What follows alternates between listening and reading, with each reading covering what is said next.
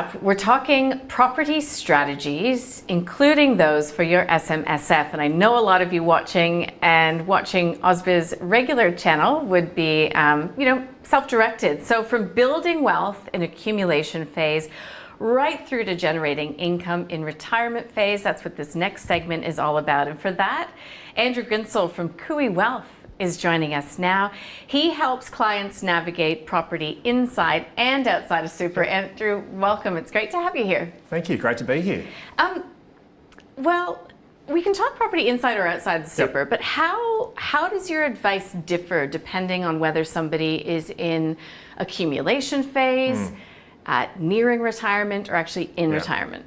Yeah, absolutely. So people who are in accumulation phase and have got quite a time frame left to retirement can probably focus a little bit more on the capital growth element of property, whereas what we find is as people get closer to retirement, it's less about growing wealth, it's more about the passive income generation. Now, the properties that might have good capital growth characteristics, like residential property, might not necessarily be the best properties for somebody who's close to retirement or in retirement phase, because the net rental income or the net yield after your expenses like council rates, water rates, property manager, repairs and maintenance, strata if it's in a strata committee, can really bring down that net income, which can be challenging for people who are close to or in retirement phase, especially once people are retired, where they've actually got to, if they're taking an income stream, and if they want their superannuation to be in a situation where there's no tax on the investment returns, then we've got minimum pension payments that need to be met. So for somebody who's between the ages of 60 and up to 65, they need to draw out 4% per annum of the balance of their superannuation. Now, when we have a look across Australia, the average gross rental yield is closer to 3%. So if too much money's tied up in property, and by the time that 3% gets watered down to like 2% after expenses, we start running out of enough cash flow to actually fund those minimum pension payments. So in those sort of situations, we need to potentially be looking more towards higher yielding or higher income properties, but also having some more liquid assets to complement the property portfolio so that there's enough liquidity like cash, shares, fixed income investments that can be drawn upon to help meet those minimum pension payment requirements. Okay, so you can't look at property in isolation. So let's break down some of what you've just mentioned. So we've got low vacancy rates for rentals. We've got housing supply not keeping up with demand. We also have competitive lending to SMSFs. Absolutely. So what is the strongest argument right now for SMSF investors considering property exposure? Generally, it's the leverage. I mean, you're borrowing to invest in a bigger asset than what you might otherwise be able to buy if you were to just go in and use cash. So property allows us to borrow more. We generally need 20 to 30% of the purchase price to be available. The rest of it we can borrow to go and fund the purchase. So we've got more assets working for us. People also feel more comfortable with property. They understand it, it's physical, it's tangible, you can see it, you can touch it, you know it's there. Whereas for some people, they feel a little bit less comfortable with, say, shares or fixed income investments, where it's a little bit more of something that you're not exposed to every day. So people just tend to have less confidence in it. Each serves their place within a property, within a portfolio and within a retirement strategy. But that sort of that tangibility, that confidence, that familiarity tends to have people lean towards property. We're all for people investing in things that they have confidence in, because at the end of the day, you need a strategy that you have confidence in and you're going to stick to when there's the inevitable hiccup along the way. Markets get volatile, tenants leave, all sorts of things happen, but we feel more confident with clients who have got confidence in what they're investing in. I feel as if we're talking a lot about residential property. Is that just by default, again, because most people are familiar with it, that's the go-to? Or are you adverse, I should say, to investing in commercial property, industrial, or other strategies? No, we're quite fans of using industrial or commercial property for clients, especially as they are getting closer to the time where they need to be drawing an income, because the yields are higher. We're getting higher yields, more expenses are met by the tenant in a commercial property or an industrial property situation. So we've got a lot of clients who have invested into commercial property in their self-managed super funds, That could be just a property they've gone out and bought in the market to generate their retirement income. Sometimes we're seeing people transfer their business premises into their self-managed super fund. But in addition to that, we do work with a lot of clients who are investing via managed funds that have exposure to commercial or industrial property. And some of those are yielding sort of closer to 7 or 8% per annum income, which obviously goes a lot further towards meeting those minimum pension payment requirements that we have in retirement phase, which just can't be met by most residential properties. And as we see lending rates become more competitive, as we see interest rates go down, perhaps not next week, as we've said before in this program, how much, or does that change the viability of property for self-managed super funds, or is that sort of tinkering on the edges right now? No, absolutely, it does change the viability. Your holding costs are lower. So when we have a look at residential property for clients, we'll have a look at the capital growth rate that we expect on the property. We'll have a look at the net rental income, and that obviously is driven by the expenses, and interest is one of those expenses. So if interest costs are down, the total return is potentially higher. Not only that, it also tends to stimulate the property market, because when interest rates come down, serviceability assessments improve, people can borrow more money. If you give people more money, they will spend it, and that pushes property prices up. So it does have quite probably a two-pronged benefit, in that the asset itself can perform better from a cash flow perspective, but also property prices are more likely to be rising in a falling interest rate market. Now, SMSF property, or property within an SMSF, as you mentioned, can sometimes fall short of those pension requirements. So how can investors balance that sort of property with more liquid assets to meet those income goals? Yeah, so we do a lot of modelling with our clients around what the expected net cash flow would be from a property in the fund, and then we have a look at what's available, or how much we should balance between property and how much should then go into, say, shares, fixed income, even listed property. So we can invest in real estate investment trusts as well, which we can quite easily sell part of. Unlike a residential property, we can't just go and sell the bathroom. So we'll have a look at that and do a bit of modelling to figure out how long do we believe that the more liquid assets will last to allow the property to top up the income that's required to be drawn from the super fund before maybe the property has to be sold. In some cases, if there's enough money allocated towards those more listed investments, clients could actually, in some cases, be able to hold those properties right throughout retirement. In other cases, we do see them become forced sellers once the more liquid assets start to dry up. Trusts, private companies are often used to build diversified property portfolios. Can you just explain how those structures, and I know it's a big question, but how they help investors sort of manage risks and returns? Yeah, absolutely. So we are seeing a lot more people ask about investing in property via trusts and companies. So the idea is that a trust or a company is a separate legal entity to the individual. So therefore, if anything goes wrong, the risk can be limited to the trust or the company. However, in a lot of cases, there is a personal guarantee provided by the individual, so that can unwind some of the risk protection that people might have been after from the trust or the company.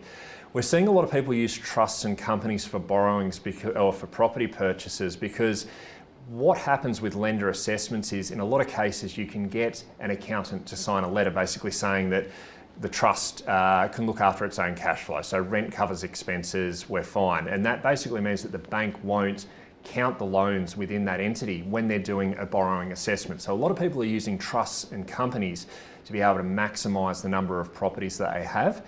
However, it can come with disadvantages. So if we have a property that's owned by a discretionary trust, for example, if there is negative gearing on that property, so if the expenses exceed the income, that negative gearing gets trapped within the trust or the company. It can't be passed on to the investor. So a lot of people want to invest into property for the negative gearing benefit of it. When we go to a trust or a company, we lose a lot of that.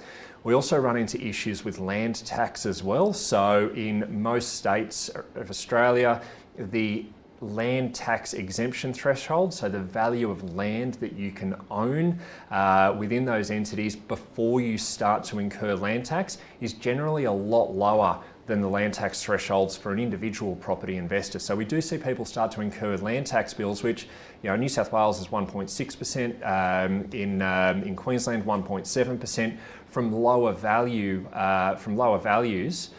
when they're using a trust or a company rather than having the property in their own name. So people have just got to be really careful around why they're using it. If it's positively geared, different story. If you're already incurring land tax in your personal name, maybe you're not so concerned, but if land tax is going to hurt, if the loss of negative gearing is going to hurt, really do need to have a closer look at whether or not those sort of entity structures are appropriate. Amazing that you can just list all of those concerns. Really impressive, Andrew. So another sort of area I think that a lot of investors think of, particularly within SMSFs, is property development. But they do face restrictions, correct, under borrowing arrangements. So how in that case would managed funds provide sort of a solution? Yeah, absolutely. So for context there, when there is a borrowing arrangement in place in a self-managed super fund, we can't change the underlying nature of the asset. So that means we can't go and turn a house into a duplex or townhouses into apartments, these sort of things. General repairs and maintenance, that's fine, but we can't really go and change fundamentally what the asset is.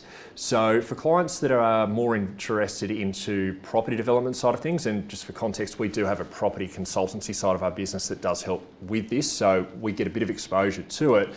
These clients will end up investing in a managed fund where they're not the only investor in the managed fund. So it's like going in with other investors, and then that means that the managed fund is actually carrying on the property investment.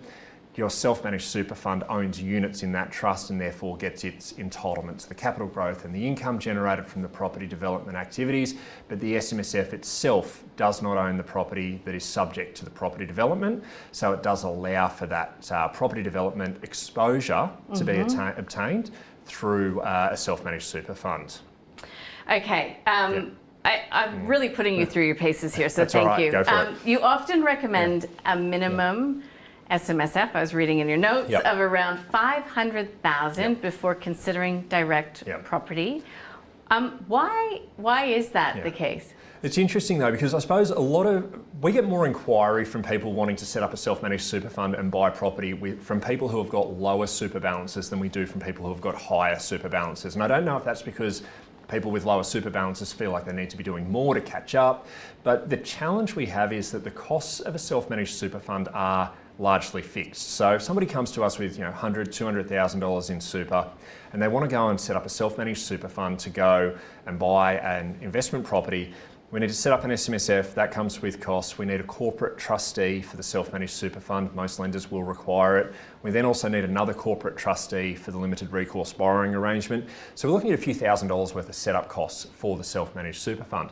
We then have the ongoing costs associated with that as well. So we end up with the annual ASIC fees on the two corporate trustee companies, and then the ongoing tax, admin and audit, which we see different prices from accountants, especially with property, ranging from anywhere from sort of $3,000 to $5,000 a year of ongoing accounting costs. So it could cost from $3,500 to $5,500 a year to run a self-managed super fund. So if somebody's only got $200,000 in super, they're already losing 1.5% just in costs in running the SMSF before we worry about going and buying a property.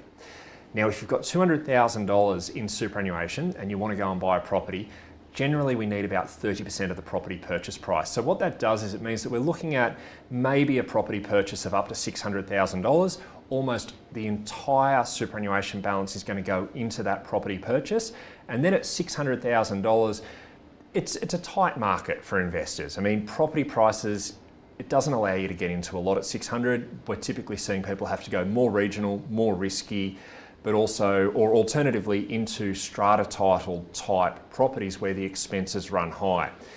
If we get somebody with a bigger balance, we can sort of get to a point where maybe they can go and buy an $800,000, $900,000 property. The quality of that can be a lot better. The fixed expenses as a percentage of the super fund are a lot less, but they can also afford to diversify. They can still have a few $100,000 in a more traditional balanced or growth type portfolio, so that we're not relying 100% on property to do everything for the retirement savings strategy.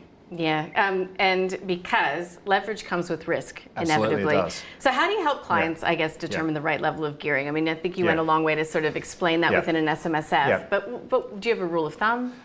It depends on what is needed to achieve your goals. So the way that we look at gearing is gearing can increase returns, but it can also increase risk. So we look at risk as being, if we look at it on a triangle, we have a client's risk tolerance, that is how much risk they're willing to take to achieve their goals. We have risk capacity, that's how much risk you can afford to take without it putting your whole financial planning strategy at risk. and then your risk need. So that's how much risk do you need to take to be able to achieve your goals. So we need to find the right balancing act between those three components of risk, and that helps drive the borrowing conversation. So if somebody's quite a long way off achieving their retirement goals, they might need to go for a higher loan to valuation ratio, pushing themselves up to that 80%. Somebody who's a bit closer to being on track might be able to pull that back down. They might be closer to 50 or 60%, maybe even lower. We've had a couple of questions come in. I think we've almost answered them, but I'll just put them out there. On behalf of Tim, thank you, Tim. My SMSF isn't at 500,000 yet. How can I still get property exposure? It can still be done. It's just going to come down to how much of the superannuation balance you're willing to commit towards putting into property, and what the investment time frame is, what sort of contributions are likely to come into the fund over time to allow either diversification or reduction of the debt. So it can still be done with a direct property purchase. Alternatively, we can talk about we can look at things like the managed fund structure that we spoke about. Now, that doesn't have to be property development. It can be buy and hold properties. We can look at real estate investment trusts if we're interested in getting exposure to things more like office, commercial, retail. There's opportunity to do that.